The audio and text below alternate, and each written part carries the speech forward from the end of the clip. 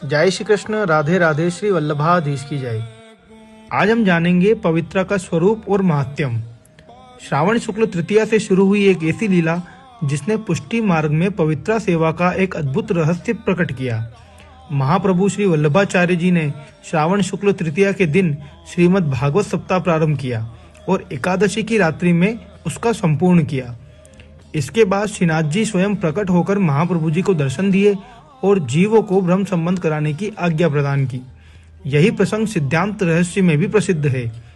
उसी समय महाप्रभु जी ने मधुराष्टक की रचना की और श्रीनाथ जी को 360 तार का पवित्रा धारण कराया और मिश्री का भोग धराया।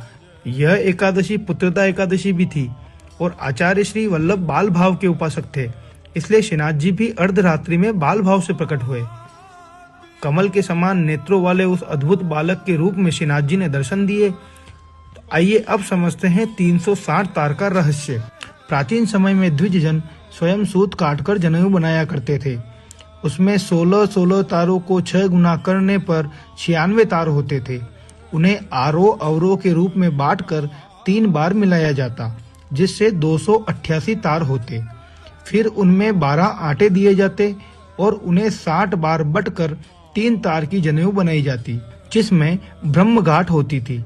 इसका आध्यात्मिक भाव और भी सुंदर है।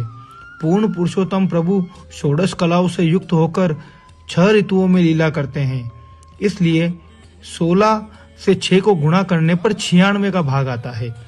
इनमें राजस, तामस और सात्विक भक्तों के त्रिगुणात्मक भाव को लेकर 3 गुना करने पर 288 का भाव आता है। इसमें 12 मास जोड़ने पर 300 का भाव बनता है और फिर घड़ी में 60 पल माने गए हैं। इस प्रकार 300 में 60 जोड़ने पर 360 बनता है, अर्थात पूरे वर्ष के 360 दिन समय की पूर्णता और प्रभु की सर्वकालीन लीला का भाव इस पवित्रा में समाहित है।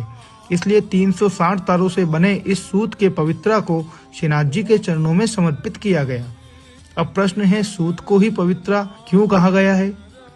क्योंकि प्रभु को अपने प्रियतम और आराध्य को सदैव स्वच्छ, निर्मल और पवित्र वस्तु ही अर्पण करनी चाहिए। सूत सबसे स्वच्छ और पवित्र माना गया है। इस कारण देव कार्य में भी सूत का विशेष प्रयोग होता है।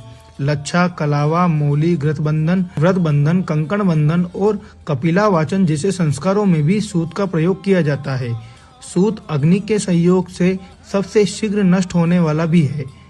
पवित्रा द्रव्य को पवित्री कहा जाता है और वह विभिन्न धार्मिक कार्यों में देह की पवित्रा के भाव से बांधी जाती है, इसलिए इसे पवित्रा कहा गया है।